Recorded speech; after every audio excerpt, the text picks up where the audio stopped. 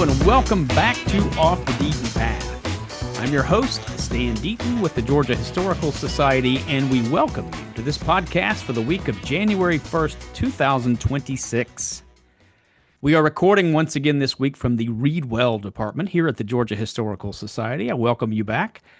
Happy New Year to you all. I decided to spend this podcast reviewing what I read in 2025. Now, I did this in December of 2024, and it proved to be popular for a lot of folks. They enjoyed it, enjoyed not only hearing what I'd read, what I had to say about it, but also just giving some tips about how to get more reading in your life, how to get a reading plan, how to stick to reading if it's difficult for you, and all those sorts of things. So I thought we would review what I've read in 2025, some of which you already know. If you are a long-suffering listener of this podcast, you know I spend a lot of time on here interviewing authors about their books. So I read those books, of course, for the podcast. I always do the author the courtesy of reading their book in full. As I mentioned last time I did this, I could probably review or interview an author about a book I hadn't read, but it would probably show at some point. And I think it's disrespectful to have an author on here whose book I haven't read. We've all witnessed and heard interviews with people doing interviews on the media, interviewing an author for a book they haven't read. And I am not going to do that. I love books too much, and authors and people who write them. I will start out by saying, if you've listened to this podcast, you know this year that I not only did a podcast about what Dan read, the list of Dan Pelzer's books, 3,599 books that he read across 62 or 3 years inclusive, I can't remember. And then I talked to his daughter Marcy just a couple of weeks ago, enjoyed it thoroughly. And I mentioned that I have kept a list of books that I've read since 1997. Now, I've been a reader all of my life, but it was only in 1997, as I was finishing graduate school, that I began to keep a list. So I've got a list for the last 29 years inclusive. And what I mean by that is if you start counting from 97 to 2025, that's only 28 years, but it's 29 full years that I have kept a list. And across those years, I have read a grand total of 827 books across 29 years. That pales in comparison to what Dan Pelzer read across 60-something years. I'm not there yet. Give me 60 years total, but I'm averaging about 29 books a year, and that's about right. About 2.5 books a month, I would say, is pretty close to what I've actually read. So in 2025, I read 35 books for a total of 12,494 pages. I mentioned last year that I have a page count as well. So the books averaged about 357 pages per book. Now, in 2024, I read 48 books, and I was curious as to how I was able to read 13 more books in 2024. I don't really have an answer for that. I didn't spend more time reading, I don't think. I don't think the books in 24 were substantially thinner or fewer pages. I don't really know, but I also don't really care.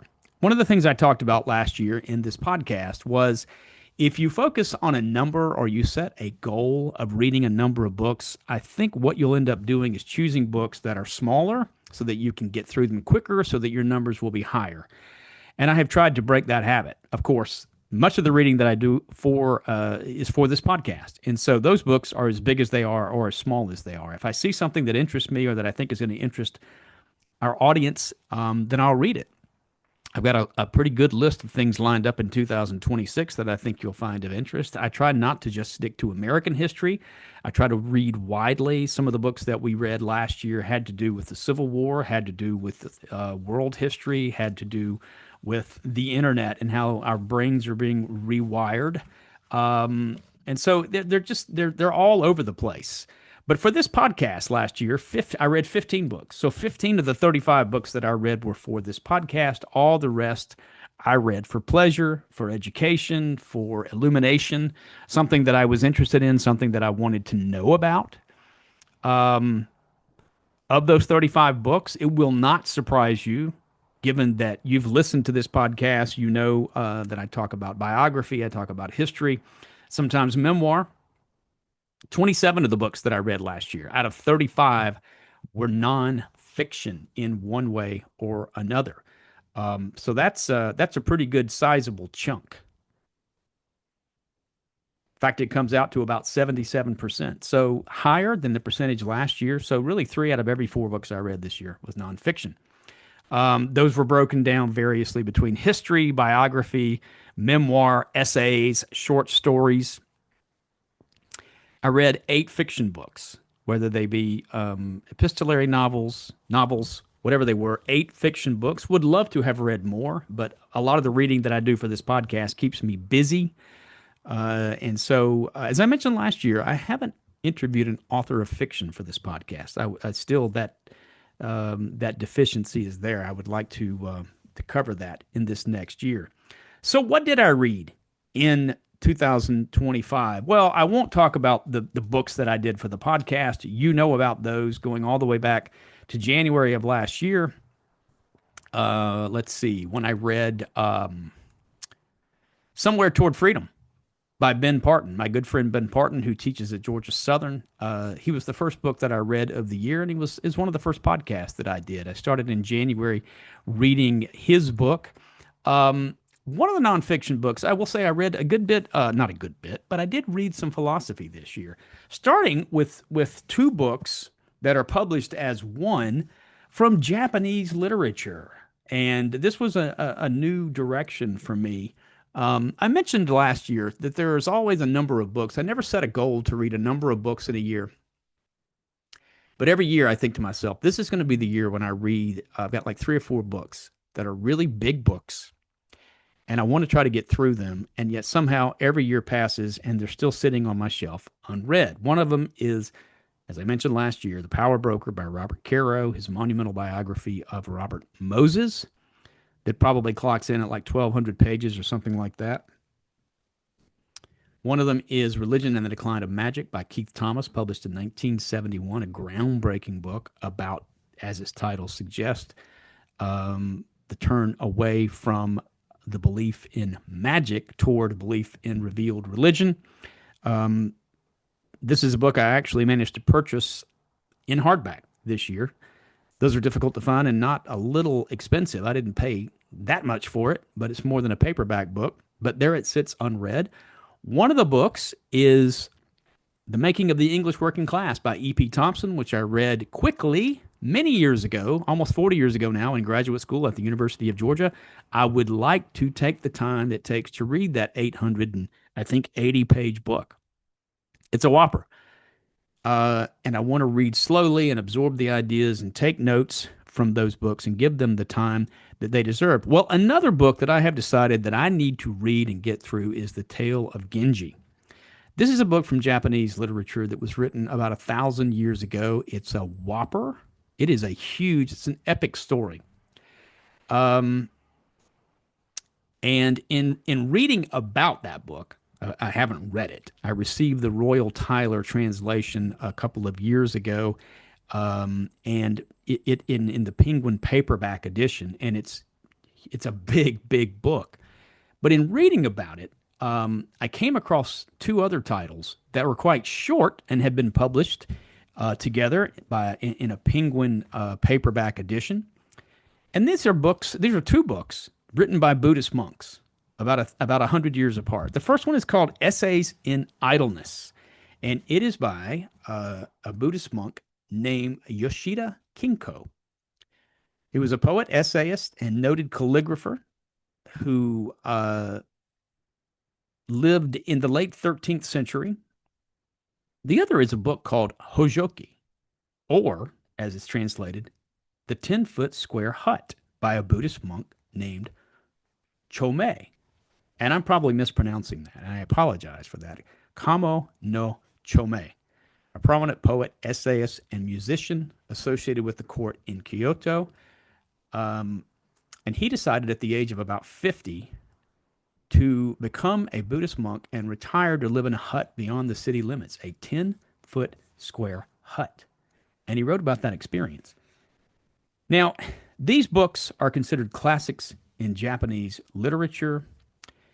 They are, as I mentioned, published by Penguin Classics in paperback. They're easy to get, and they are well worth reading. There's a lot going on in these short books, Essays in Idleness was written between 1330 and 1332. It's considered a gem of medieval Japanese literature, and one of the three representative works of the Zuhitsu genre. This is a genre of Japanese literature consisting of loosely connected personal essays and fragmented ideas.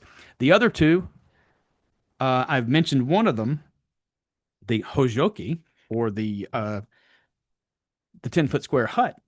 And the other one after that is called The Pillow Book. It's also available in paperback from Penguin. So I bought all three of these books and I've read the first two.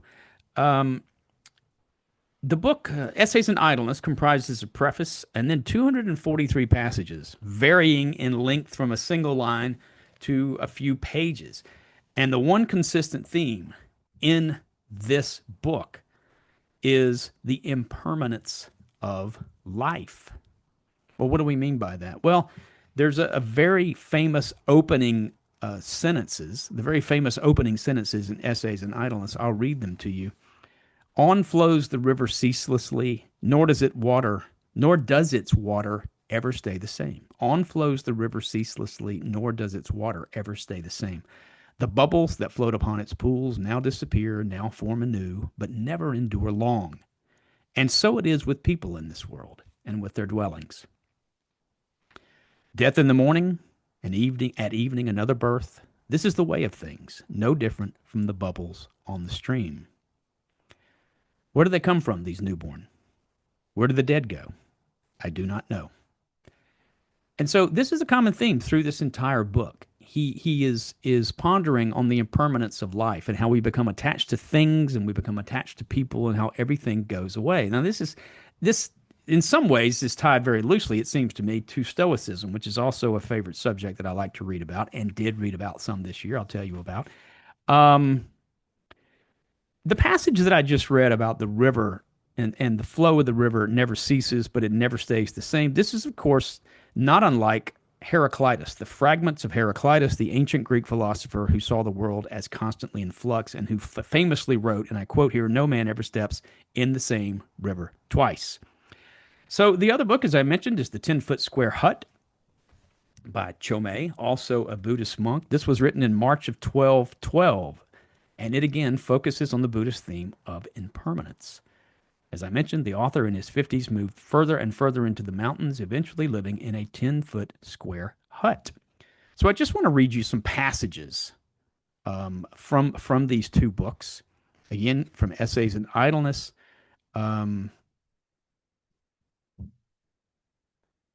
Among all living creatures, it is man that lives longest. What a glorious luxury it is to taste life to the full for even a single year. If you constantly regret life's passing, even 1,000 long years will seem but the dream of a night. It is a most wonderful comfort to sit alone beneath a lamp, books spread before you, and commune with someone from the past whom you have never met. Now, that's from Essays in Idleness, and that could be that can encapsulate everything that people who love to read love about reading, especially when they're reading history and biography. It's a most wonderful comfort to sit alone beneath a lamp, books spread before you, and commune with someone from the past whom you have never met. When you are on a retreat at a mountain temple, concentrating on your devotions, the hours are never tedious and the heart feels cleansed and purified. It is an excellent thing to live modestly, shun luxury and wealth, and not lust after fame and fortune. Rare has been the wise man who was rich. So again, these are from Essays in Idleness, which written by the Buddhist monk Kinko. Savor the touching moment of saying farewell to the old year. Watching the new year dawn in the sky, you are stirred by a sense of utter newness, although the sky looks no different from yesterday's. You can find solace for all things by looking at the moon. Surely there is nothing that isn't moving, in fact, depending on circumstance. The sight of a clear stream breaking against rocks is always delightful, whatever the reason. And this goes on and on. And so these are, as again I mentioned, these are some of the things in Essays in Idleness. They're just these little passages about the impermanence of life, but good philosophy to read, I think, if you enjoy. It's almost, again, a self-help book from from many years ago. People are turning to Stoicism, but I would also encourage you to look at these two books, Essays in Idleness and Hojoki, The 10-Foot Square Hut by Chomei. These are both now considered Japanese literary classics. They remain part of the Japanese school curriculum, and as I mentioned, they're now available in Penguin paperback. Both of these are combined.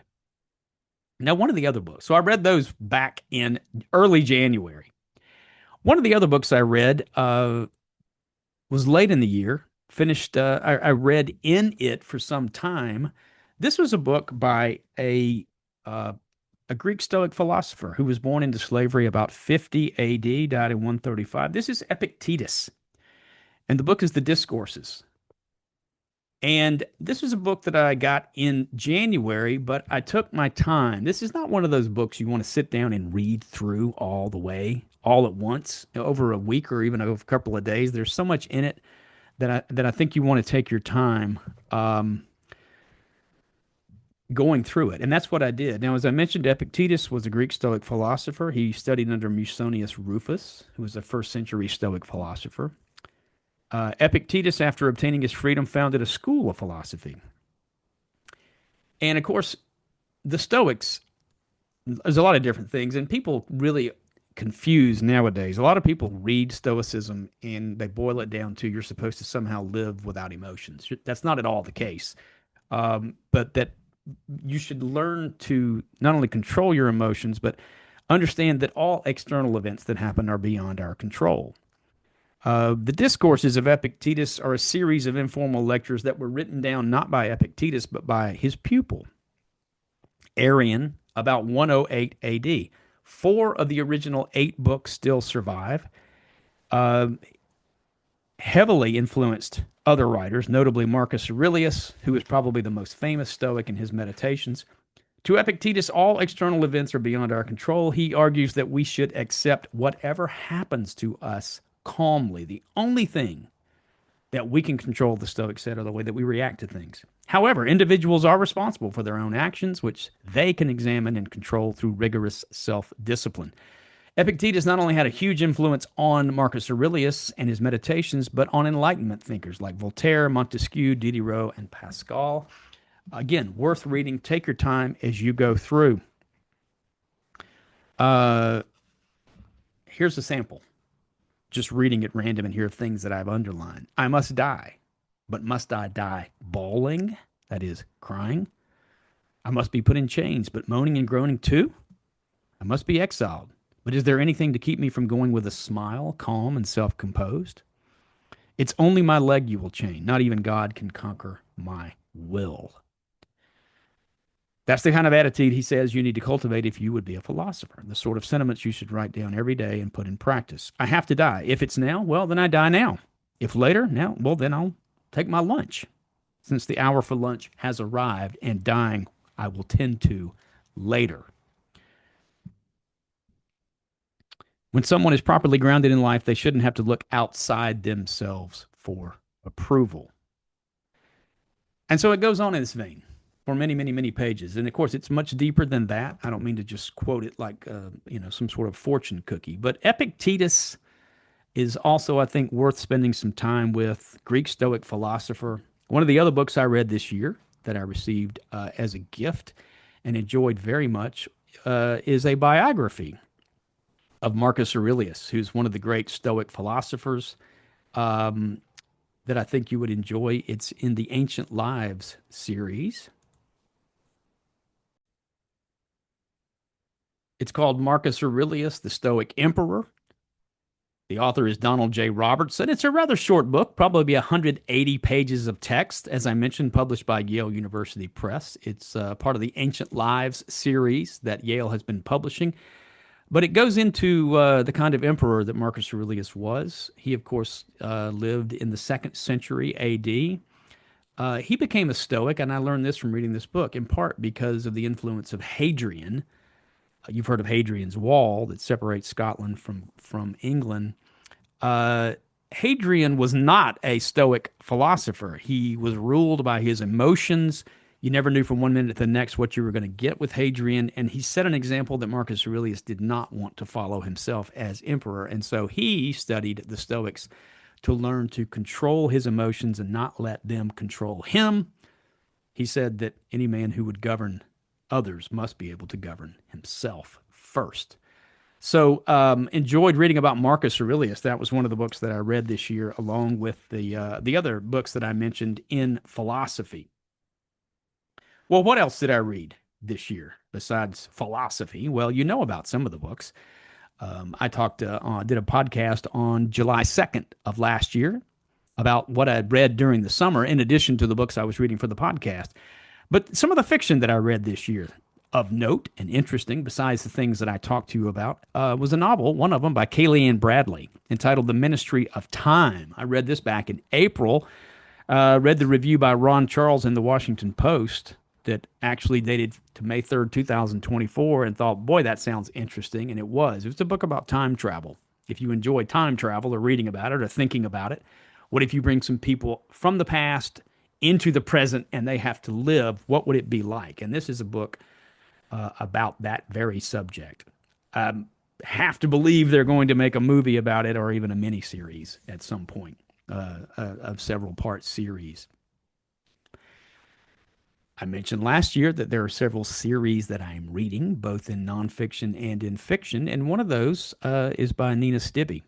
I read Paradise Lodge, which was a follow-up to Man at the Helm. This follows the adventures of Lizzie Vogel, a young woman who's living in Great Britain. In this book, Paradise Lodge, she's now 15. She gets a job at a nursing home locally, and all kinds of things happen to her. I really enjoy the writing of Nina Stibbe. Next up is Reasons to be Cheerful. This is the third volume in that trilogy. I mentioned also back in July that I had read The Man in the Wooden Hat by Jane Gardam. This is the second volume in the Old Filth trilogy. Jane Gardam, by the way, died on April 28th of not this year, 2025, at the age of 96. This book focuses on the interior life of Betty Feathers, who's the wife of Old Filth, Edward Feathers, who is the subject of the first book in this trilogy. Next up is Last Friends, will be the third book in that trilogy. I already talked to you about To and Fro, Lost Horizons, When All the World Was Young in my July 2nd podcast. Read those and thoroughly enjoyed them. I also mentioned last year that I am reading the Travis McGee series one by one, usually every year. I have read the 7th volume in this series this year. It's called Darker Than Amber. This book, like all the Travis McGee novels, has a color in its title. And I love reading Travis McGee. Usually I read at whatever time during the year I read. I'm coming out of one genre, can't decide exactly where I want to go, so I'll read the next volume in the series of Travis McGee. There were 21 Travis McGee novels published between 1964 and 1985. This one, Darker Than Amber, was published in 1966. I have to believe Travis McGee is going to get much more cynical as he gets into the 70s and 80s. I don't know. Into the 1970s and 80s. I don't mean his age. He's sort of timeless. Maybe he will be too. I don't know. John D. MacDonald died age 70 in 1986. If you're not familiar with Travis McGee, he is a bachelor who lives on a 52-foot houseboat named the Busted Flush, which he won in a card game. It's docked at Slip F-18 at Bahia Mar Marina in Fort Lauderdale, Florida. So I'm reading one of those every year. This year it was Darker Than Amber, which is one of the longer ones and ones that I enjoyed very much. I have mentioned to you before that I like to read spooky, scary ghost stories in October, or at least in the fall when I can get to them. This year I finished up the last third of a collected series of stories called Night Terrors, The Ghost Stories of E.F. Benson. This is a book that was published by Wordsworth in 2012. Now, Benson himself died in 1940 at the age of 72. He's best known as the author of the Map and Lucia series. Map is M-A-P-P. A series that those were published between 1920 and 1939. There were 6 in all. They were dramatized for television in 1985 and again in 2014. But Benson wrote some really, really good spooky short stories. These have titles like Caterpillars, Outside the Door, The Thing in the Hall, The Terror by Night, The Bed by the Window. All good, all worth reading. They're collected in this book. Now, I read it in thirds because it's over 600 pages long. And as I mentioned with the philosophers, it's not something I think you want to sit down and just plow through. I think to really enjoy short stories, you need to dip into them. I read about 200 pages and then stopped. So over the course of 3 years, I finished Night Terrors, the ghost stories of E.F. Benson. Learned about this author from Michael Durda, who was the longtime Washington Post book reviewer. I've learned about so many authors and books from him. This is highly recommended to you if you enjoy that kind of fiction. What other history or nonfiction or biography did I read that was not for this podcast? Well, I mentioned last year that I am making my way through Alan Nevins, the great historian's 8 volume series called Ordeal of the Union. I read volume 5 this year, which is the first volume of the subset in the series called The War for the Union. This was volume 5, The War for the Union, the Improvised War, 1861 to 1862, first published in 1959. I read that in July, enjoyed it very much. A book called Slugfest, Inside the 50-Year Battle Between Marvel and DC. You know, if you have listened to this podcast at all, that I was a fan growing up and still remain of comic books. Love reading 1960s and 70s, what are known as the Silver Age of Marvel and DC. This is a book written by Tucker Reed, first published in 2017, about the battle between Marvel and DC, about how they stole each other's authors and writers, how DC even tried to steal Stan Lee away from Marvel at one time. Thoroughly enjoyed this book. If you ever have enjoyed reading books of sequential art, you will enjoy reading Slugfest. You may remember that I interviewed the author of the biography of John Lewis last year for this podcast. John Lewis by David Greenberg. That book was a finalist for the Pulitzer Prize in Biography in 2025. I thought it was going to win. It did not win. So I was interested in the book that did win. And I decided to read both that book and the other book that didn't win, that was a finalist. The one that did win was called Every Living Thing, The Great and Deadly Race to Know All Life. The author is Jason Roberts. This was the book that actually won the Pulitzer Prize in Biography. It explores the rivalry between the 18th century naturalist Carl Linnaeus and Georges-Louis de Buffon. And I thoroughly enjoyed it. At first you think, how in the world could a book like that, about two 18th century naturalists, for most people, no one's ever heard of these two guys, how could this have beaten this monumental book by David Greenberg? I thoroughly enjoyed it, not only because, of course, I'm interested in the 18th century and interested in the Enlightenment thinkers and interested in these scientists, but also because he sort of explores what happened in their post lives, what happened after their deaths with their reputations. While they were alive, Buffon was sort of the most celebrated naturalist in the world. After his death, everything switched.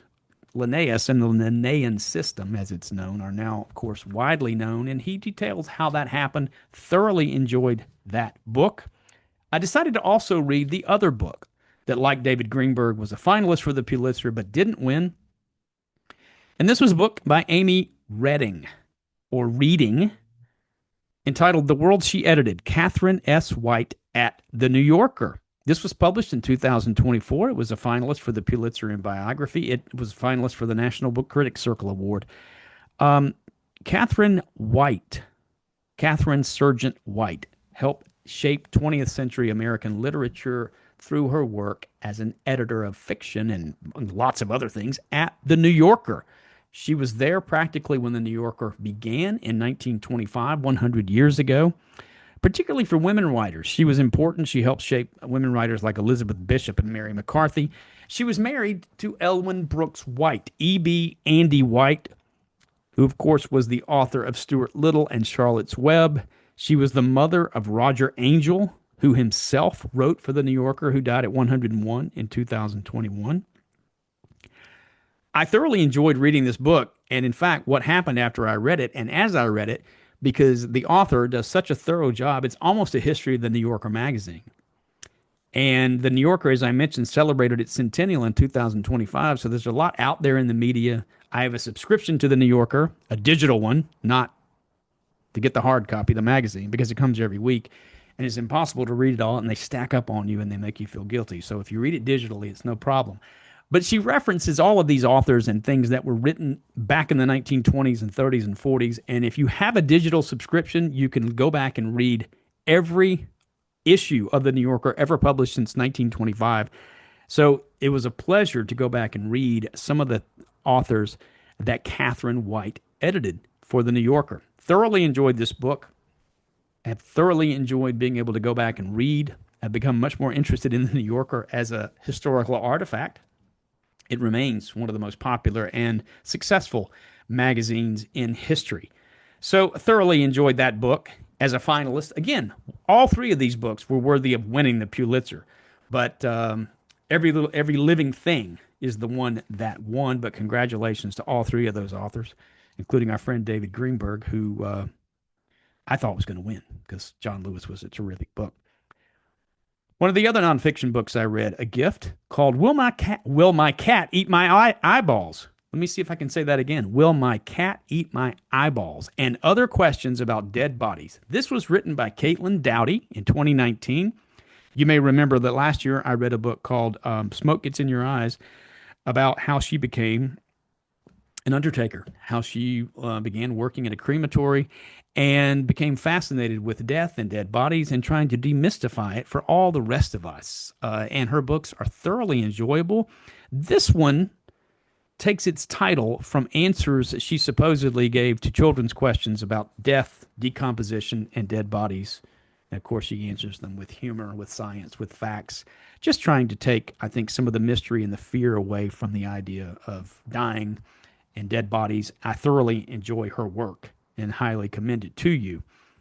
Very interesting. She also answers questions like what would happen to an astronaut, to their body if they died in space? What would happen to them? Would they be shot out into space? Would they bring their body back? Etc., etc. All very, very interesting. Some book of essays that I read. I mentioned to you last year that I thoroughly enjoy reading books about books and read them whenever I can. I came across one this year called Bookworms. Great writers and readers celebrate reading. This was published in 1997, really at the dawn of the digital age, as even before things like the Kindle, I think, came out, and just as the internet was really taking off and going. So it was very interesting as they talked about and warned us about what might be coming in the digital age. I will have to say, for most people, they were optimistic about it and saw great things. That was before social media and things going viral and trolls and all that kind of stuff. Edited by Laura Furman and Eleanor Standard. These are stories, essays, poems, letters, journals, memoirs, and scenes from novels by distinguished writers that all focus on the joys, the delights, and the virtues of reading. I thoroughly enjoyed it. One of the other books of essays that I read was called Second Drafts of History, and it was written by an essayist, by a journalist named Lance Morrow. This was published in 2006. When I was growing up, in my house, we took Time magazine, which was also a weekly magazine, easier to get through than the New Yorker, which we did not at all take in my household growing up, but my parents subscribed to Time, and in the back, at the end of every issue, Lance Morrow was one of two people, I think, that Time magazine employed to write little short essays about whatever was on their mind at that given time, usually having to do with something that was probably in the news, something that was reported elsewhere in the magazine.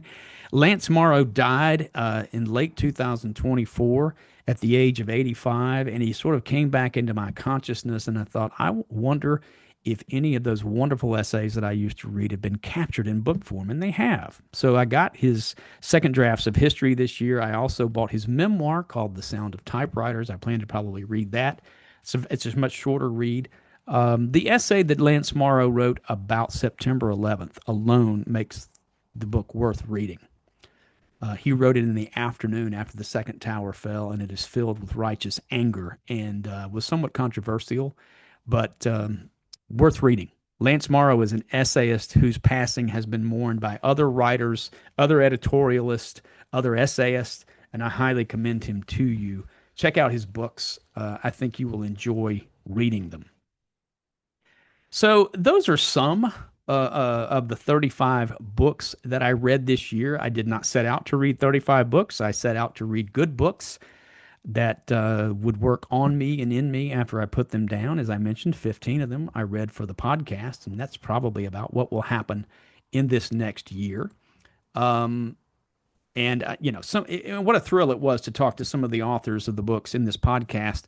You heard the interview I did with Steve Thomas that came out in November. Steve, of course, longtime host of This Old House. I'm so privileged and honored to call him a friend because I have watched him all of these years on that show, and to be able to talk to him about his book, which incidentally is not about This Old House, The Last Navigator, a book first published in 1987. He brought out a revised version. I loved talking to Steve about his book. Leo Damrosch is an author whose books I have on my bookshelf. He is a biographer of many luminaries in history that I have enjoyed reading about.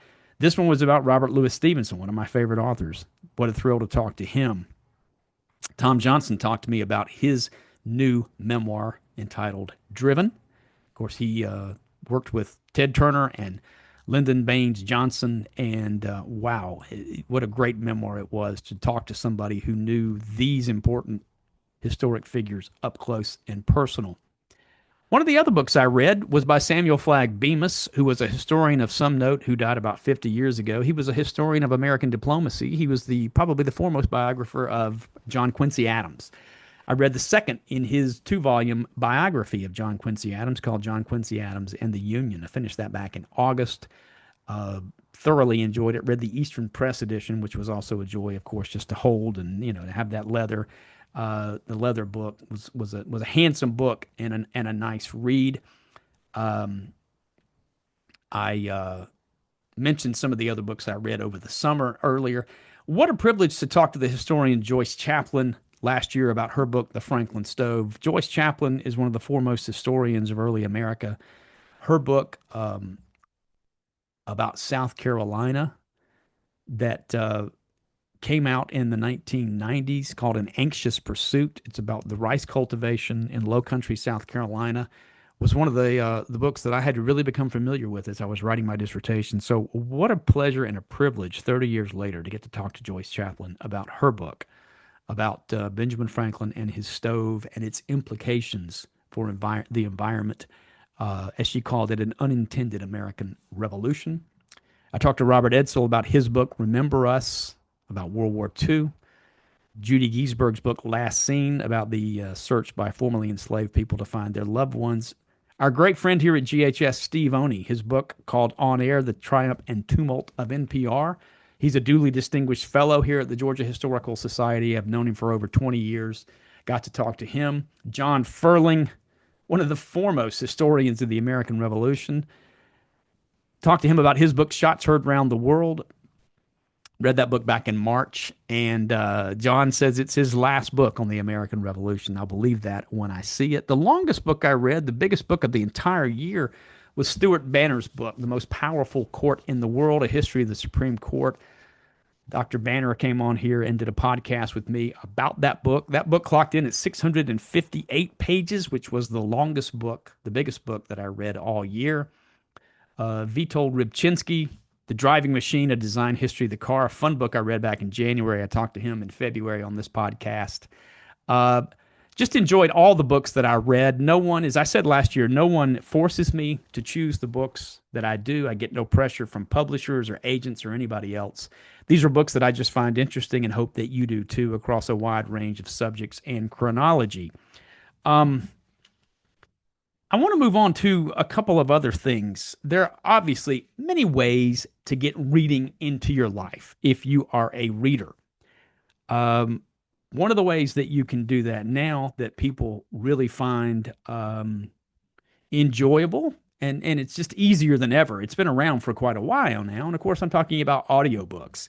Now, I do not count the audiobooks I listen to as books that I have read. If you do, more power to you. This is not about judging you if you do that. I choose not to do that because I just simply do not consume them in the same way that I do as reading a book. I do think it's a different exercise. I listen to a lot of podcasts. I don't include those in my reading either. And I will tell you that I tend to listen to audiobooks of either books that I've already read because, when you're listening, because you're usually doing something else, and even if you're not, your mind tends to wander. That I don't want to listen to a book, with some rare exceptions, that I'm not familiar with in some other way because I'm afraid I'll miss too much. So I often listen to different audio versions of books that I've read and enjoyed. For instance, Treasure Island by Robert Louis Stevenson. I have the version that was narrated by Timothy West, the great British actor who died very recently. Love his voice, love listening to him, and I listen to that version of Treasure Island over and over and over again. It's really, really terrific. I read that book. Charles Kuralt's America. Charles Kuralt was a wonderful journalist who, of course, was on CBS for many years. He died in, I think, 1997 at the age of 62. Charles Kuralt's America is a wonderful book, but listening to him narrate it is an even more wonderful experience that enhances the joy of that book. I listen to it every couple of years. I listened to it this past year. I listened to The Legend of Sleepy Hollow, many different versions. I've written about some of these. I've recommended the one by Martin Jarvis, I think, is probably my favorite. I recently downloaded and have only begun to listen to Anthony Hopkins' memoir called We Did Okay, Kid. This is narrated by the author, by the actor Kenneth Branagh, and I read such a wonderful review of it that Branagh captures the British accents and he does impersonations of other actors that Hopkins talks about, and it sounded so engaging and interesting that I just downloaded it through my Audible app, which I have a subscription to that. Every year, as I mentioned, I like to read ghost stories. Well, I like to listen to them as well. And my favorite is M.R. James, Montague Rhodes James, who wrote in the first quarter of the 20th century some of the best ghost stories ever. I found a new, well, not necessarily new, but the narrator is Jonathan Keeble, Keeble, Jonathan Keeble. M.R. James, The Complete Ghost Stories Collection. What a treat to listen to. Rick Atkinson came back to Savannah last October to talk about his new book, The Fate of the Day. I have downloaded that book. It's narrated by Grover Gardner. Rick and I talked about the fact that Grover Gardner, who's one of his favorite narrators, was chosen to narrate this book. And so I had to download it, have listened to some of it. It's really wonderful.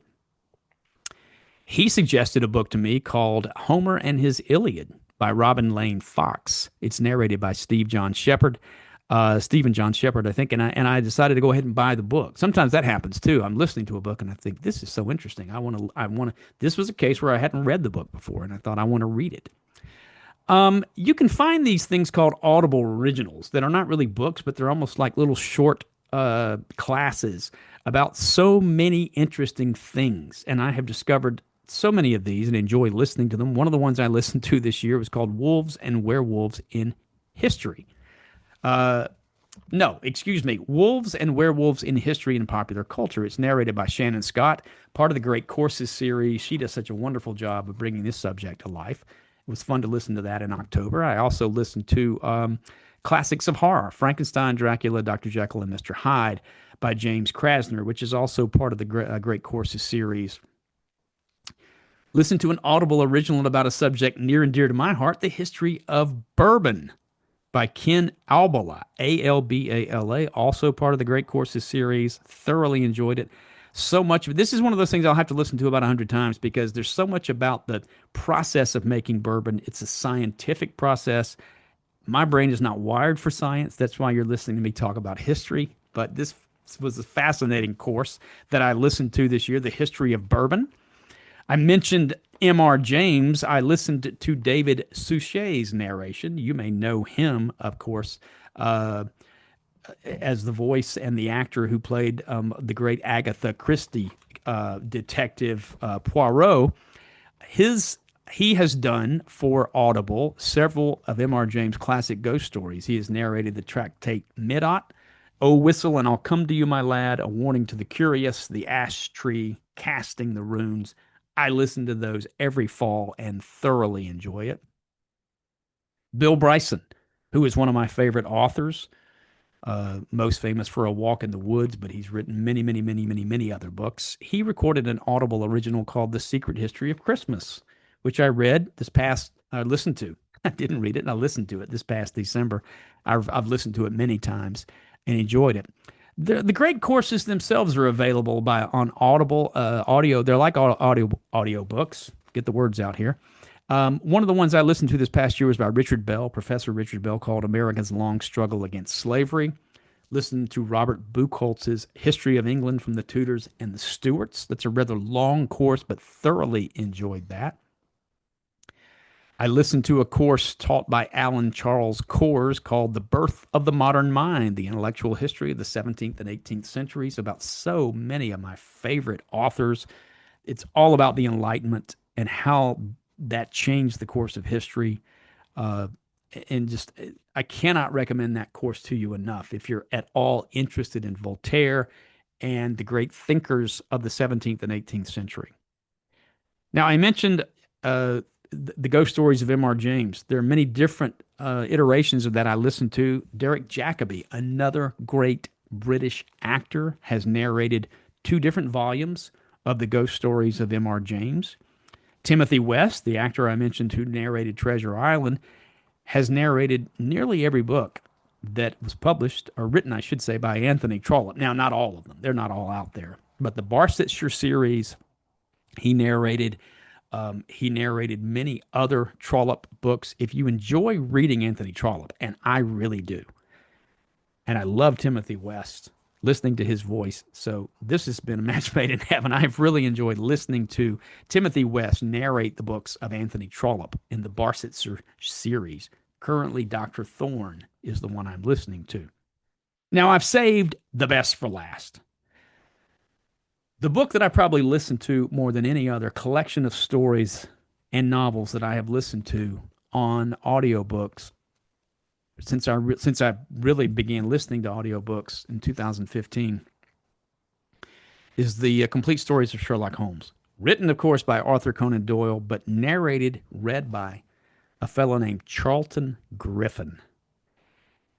I can't really describe to you what makes these books so good, but I have listened to The Hound of the Baskervilles, and The Valley of Fear, those two stories, which are two of the four novels that Doyle wrote featuring Holmes. I have listened to those stories. It's no exaggeration to say probably anywhere between 20, 30 times. Charlton Griffin is, and he's narrated other things, a lot of other things, and I've enjoyed, including the rise and fall of the decline and fall of the Roman Empire, which that's a heavy lift even in just listening to it. But as a narrator, especially of Sherlock Holmes, there's something about it. And I found this great essay online called The Genius of Charlton Griffin, written by a fellow named John Mark Reynolds. So I want to give him credit because I want to read part of this to you because it captures, I think, so much of what I love about listening to Charlton Griffin. He says, audiobooks are a blessing to the commuter, the busy teacher, and the person who missed the books he should have read back when he should have read them. Charlton Griffin has been blessed with a voice that is capable of many characterizations or personalities. Most important, Griffin reads the book and does not get in the way of the texts or say the regrettable reader of the American audiobook version of Harry Potter series does. I don't know what he's talking about there, but maybe you do. Listening to a book read by an artist like Griffin reveals new elements in the text. When I read a book many times, I often, quote, edit the book the same way each time. Now I'm still reading his essay here. I skip the parts I don't like or at least hasten through them. Listening to a book being read forces me to attend to each part of the text as the author intended me to do. The artist has come to the work as a whole, thought about performing that work, and made choices. He presents the work as nothing is left behind or forgotten. Yet this is not all a thoughtful reader like Charlton Griffin does. He makes choices in the speed in which he reads a line or the intonation he uses. He can give his Holmes a lilt that shows humor in a line that I might read differently. And that has happened to me many times listening to him read Holmes. This makes me pause and think. The reader, the listener, the text produce something new each time the text is heard. I am hearing Holmes as a true rhapsode thinks he should be heard now. The performance may be digitally captured, but my personal experience is different each time. If I have read a text many times, say Homer's Iliad, then Griffin can bring fresh insight in how he read that particular translation he is performing. And I have listened to, and I also own Charlton Griffin's reading of both the Iliad and the Odyssey. He's not a tyrant, but a teacher. This is Griffin. He has looked at a work as a whole and decided how it should sound as it goes. Most of us read as we go, and so we miss the way the work might hang together. Griffin reads a work with the end in mind. Often a book builds in energy, especially one that's very long, like Decline and Fall of the Roman Empire. A bad reader plugs along without knowing where the gibbon is going, but Griffin knows. Charlton Griffin keeps us going, even in the not so great bits of great books. If I must prepare a class, then I read the book again, regardless of how many times I've read the book. That is being responsible. If I can, I also listen to Charlton Griffin read the text. That is being joyful. I am thankful for the artistry of Charlton Griffin. Give him a listen. And I'm unquote there. That's from an essay called The Genius of Charlton Griffin, and I echo all of that. I have so enjoyed listening to his complete stories of Sherlock Holmes. That is not to say that you will love him. There are things in his reading that sometimes annoy me. I won't get into what those are, but I have thoroughly enjoyed listening to The Hound of the Baskervilles and The Valley of Fear and so many other of the short stories. He does bring a personality to them and a professionalism. So those are some of the audiobooks I listened to in 2025. There are many others I listen to bits and pieces of that I have listened to before. I don't include any of that in my reading for the year, but it's certainly a way of getting more books into your life by listening to them. I listen to them when I'm exercising, when I'm running, when I'm doing yard work. Sometimes I'm listening to podcasts. Just as often, I'm listening to a book when I'm doing these things. So these are just some of the books that I've read. That there are some classes that I have listened to that aren't books at all. There's a fellow named Christopher Bolito who's a professor, and I listened to his Ancient Greece 101, Greek History, Myth, and Civilization. He's also produced one about the Renaissance, the Reformation, Roman history. I have downloaded and own all of those, and will listen to them. I listened to The Virtues of Aging by Jimmy Carter, narrated by the author. It's often fun to hear the author read their own book, particularly when they have such a distinctive voice as Jimmy Carter does. So see, these are some of the audiobooks I listened to in 2025. There are many, many, many more I'll listen to in this coming year. We'll share those with you next year. But as I said, I don't include those in the list of books, but I do keep up with what I listen to. The other thing that I would talk about real quickly are just what else do I read that in a world full of reading that aren't books? Periodicals and newspapers. Well, when I say newspapers, this is not anything I'm holding in my hand. You probably heard this past year. The Atlanta Journal-Constitution, at the end of 2025, is no longer going to print a hard copy. I, like so many people, lament that. I lament the end of holding newspapers, reading them, spreading them out on the table before me in the morning as I read and drank my coffee. I grew up seeing my parents and my grandmother read a newspaper. I became a news junkie, became a journalism major at the University of Georgia. Wherever I have lived, I have subscribed to the local newspaper and enjoyed reading it. That isn't the case anymore.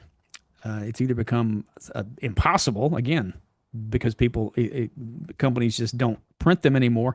So what do I read every day? Well, these are all digital. These are what I read online, but I read the Washington Post faithfully every day. And what particularly, I love sports, as you know, you've had to listen to me talk about sports on this podcast for a very long time. Candace Buckner in the Washington Post writes about sports, and I never miss anything that she writes. Of course, I love the book review section, Ron Charles and Michael Durda and so many of the other book reviewers in the Washington Post. I read the New York Times every day. When I say I read it, I do not mean to infer in any way, shape, or form that I'm reading everything. I don't think anybody can do that. But I certainly have been a fan of the New York Times for many years. Read the editorials, read the news. The Wall Street Journal is a fantastic newspaper, and I read it digitally. But I'll tell you, the two sections that I highly recommend the most are the book review section. And I can't tell you how many of the books and authors that you have heard on this podcast that I first discovered reading a review of their book in the Wall Street Journal, particularly their Sunday edition. They review so many books of nonfiction. It's really incredible. And I have so enjoyed reading the book reviews there. I don't always agree with the authors. It's a conservative newspaper, and sometimes they ask conservative authors to review books. And many people bend over backwards to be fair. Some are slanted, but that doesn't, you can still obviously you read and enjoy just in the same ways I don't enjoy reading a very slanted from the left book review as well. I like them to be fair and balanced. Here's what's good about the book. Here's what's not so good. Here are the things that you can criticize an author for. The book review section of the Wall Street Journal does that probably better than any other publication. The other section I love to read in the Wall Street Journal is they have some of the finest sports writers anywhere in journalism, particularly Jason Gay. His writing is a par. I mean, it's up there all by itself. I also enjoy reading Jared Diamond on baseball, Robert O'Connell on basketball. Some of the finest writing in journalism is done in the sports section of the Wall Street Journal. I read the Atlanta Journal-Constitution digitally every day, particularly the sports section. No surprise there. Mark Bradley, who I've had on this podcast several times, is he's now retired, but one of the great sports editorial writers there at the AJC. I read the Times of London every day. I got interested in doing that when Queen Elizabeth died a couple of years ago, and two of my favorite writers in all of journalism are Giles Coren, who he reviews restaurants for them, but he also just writes about whatever is on his mind. He's hilariously funny. James Marriott is quite a thinker. He's a younger fellow who writes for the Times, and he writes some really good think pieces. And I enjoy reading both of them. Giles Coren had, until very recently, a podcast that I listened to every week that he did with his wife, Esther Walker, called Giles Coren Has No Idea, and it ended abruptly at the end of 2025. I don't know why, but Giles Coren and James Marriott in the Times of London. So those are the 5 newspapers that I glance at least every day. Beyond that, I read periodicals, mostly online. Sometimes I read The Real Thing. I'll start with the things I actually hold in my hand and read. The American Scholar. This is a magazine that comes out 4 times a year. It's been published since 1932 by Phi Beta Kappa. I enjoy reading the book review section there. The pieces are not so long you can't read them. They cover a little bit of everything: public affairs, science, literature, public news events. But it's not like a news magazine because it comes out every 3 months, I should say, 4 times a year. But I enjoy reading the American Scholar. Plus, it doesn't come so often that it just buries me. I can't keep up with them. I read Foreign Affairs, and of course, all of these come with a digital subscription as well, so you can read on the app, but I actually read the magazine. This has been published by the Council on Foreign Relations since 1922. It's established great, thoughtful pieces written at the level that the general reader can understand what's going on about not only the United States and its place in the world, but foreign affairs in general. I read the London Review of Books. It's been published since 1979. Read The Real Thing. Comes in the mail. The New York Review of Books, published since 1963. It comes in the mail. I read that every couple of weeks. I only read the reviews that interest me. Sometimes there are none at all. The London Review of Books publishes some of the longest essays about books. They seem to go on for years sometimes. Again, I only read the ones that interest me and until I get bored reading, because some of these essays are 10,000 words or more. They just go on forever. I read the Times Literary Supplement, which has been around since in its own form since 1914. Again, this is a digital subscription. I only read the digital. The TLS comes out every week, and it's one of those things that will bury you if you try to keep up with it, but comes out every other week now. It's been redesigned, and I have a digital subscription to that, and I enjoy reading the reviews. Finally, The New Yorker. I mentioned this earlier when I talked about the book about Catherine S. White. I read this strictly online because that is a magazine that will induce all kind of guilt. There's so much to read. Nobody can read them all through. It comes every week, and they'll stack up until they fall over on you. So I read the digital edition, and it also gives you access, of course, to their archive.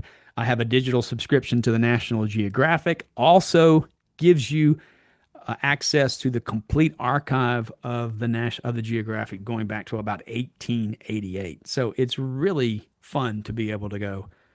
I want to see what they wrote about Christopher Columbus in 1986. And that great issue I can still remember.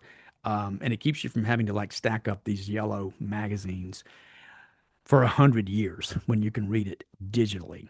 So those are some of the things that I read every day or every month or periodically, in addition to all the other reading and the books that I listen to. And of course, you're listening to a podcast now, at least I hope you are.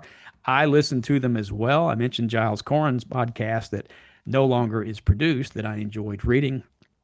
There are other podcasts that are out there that come out, frequently, infrequently. Some of them I listen to have to do with news. Some of them have to do with literature. Not surprisingly, some of them have to do with sports. I listen to podcasts, won't surprise you, about the Atlanta Braves. The New Yorker has one called the New Yorker Radio Hour. There's a New York Times book review. I listened to a book about police things called That Leo Guy. I listened to a bourbon podcast. I listened to Interesting Times with Ross Douthat, Douthathat. He's a conservative editorialist for the New York Times. I always find him interesting, want to hear what he has to say. One of my favorite TV shows of all time is Homicide: Life on the Street. And the two of the actors who were on that show have a podcast that they do, and the name of it escapes me right this moment. But Reed Diamond and the guy who played Tim Bayless, Kyle Secor, they have a wonderful podcast that I listen to. Gosh, what else do I listen to? There's one by Clay Jenkinson. Clay Jenkinson is a Jeffersonian scholar. He has played Thomas Jefferson. He's got one called Listening to America, the Thomas Jefferson Hour. And it's very, very interesting. He talks to scholars and he talks to people. He's listening to America, particularly as we approach the US 250, as a way to understand what's going on in our country. I listened to a podcast put out by the American Scholar, the magazine I mentioned. It's called Smarty Pants. There's always something on there that's pretty interesting. Probably the best reading podcast I listen to is one called the Read Well podcast. It's by Eddie Hood. They vary in length from 10 minutes to an hour, depending on what he's talking about. But there's almost always some good tips or just, things, tricks to remember what you read, designing the perfect reading space, whatever it is. I mean, if it has to do with reading, Eddie Hood has probably talked about it. So I'm not getting paid to plug any of these podcasts. I'm just telling you some of the things that I listen to that I enjoy. By the way, the podcast is called Homicide: Life on Repeat by Kyle Secor and Reed Diamond. I've thoroughly enjoyed that one. They just go through each season and talk about the episodes, the people that were in the episodes, and they sometimes have guest stars. So, there's a wealth of things out there for us to read and listen to. And I have a Kindle and am always looking at something on there. And so there's not enough hours and minutes in the day. Last year, I went through a list of things, sort of some tips of how to work more books into your life. And I would just briefly summarize those here again. I think I told you then, I get up at 4:30 in the morning and I use that time to read and don't do anything else. Partly because I'm not, tempted to do anything else at that hour except sleep. And I'm willing to give up a little sleep time to work books into my life. And so whatever time works for you, it may not be early in the morning. It might be late at night. It might be in the middle of the day.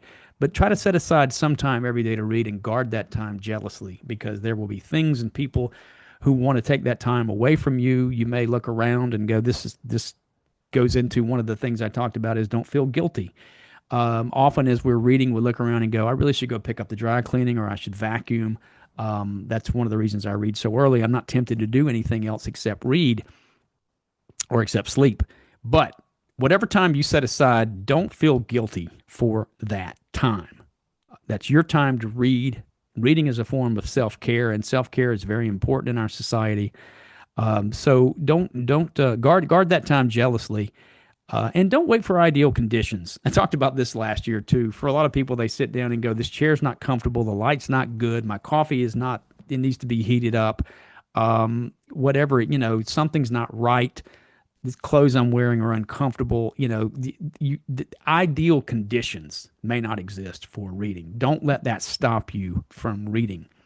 Don't be dissuaded by those days when you are not mentally present in your reading. We all have days like this when you sit down to read and all you can think about is what happened the day before, what's going to happen tomorrow, the argument you had with somebody at work, whatever it is, and you don't remember reading this paragraph or this page, and pretty soon, your reading has gotten deep sixed for that day. Just set that aside and don't let that discourage you. Just press on and keep reading. Come back to it the next day. One of the things I advise people not to, I don't do this. I don't set goals for reading. In 2026, I do not have a goal for reading a certain number of books. Like I mentioned, there are 3 or 4 books every year. I think this is the year I want to read those books. Decline and Fall of the Roman Empire by Edward Gibbon. And every year goes by and I haven't read them.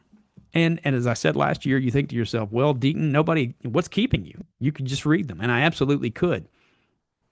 It's a big commitment to read a 1,200-page book. You could be in that book for 2 months. And that means that the number of books you read in the year is going to be lower than it was last year. And you think, I don't want that to happen, so I'm going to read a shorter book. I'm as guilty of that as anybody. I try not to let the length of a book determine whether or not I want to read it. The books that I have to read for the podcast or that are coming up, those have to be done by a certain time. Those get priority. I don't often have 2 months where I'm not reading something for this podcast. And so it's more difficult to work in longer books. But the time is certainly there. Don't set numbers as a goal because that will start driving the size of the books you read. You will find yourself trying to read slimmer books to meet a goal. If you set a goal, for instance, of reading a book a week, 52 books in 2026, you'll find that's really only possible if you're a normal human being and you don't have 15 hours a day to read. And I do not advise speed reading. I talked about this before. Read slowly, absorb what you're reading, and reading something like The Decline and Fall of the Roman Empire is going to be more work than reading a book by John D. McDonnell about Travis McGee. It just is. It's going to take more mental concentration, read slower.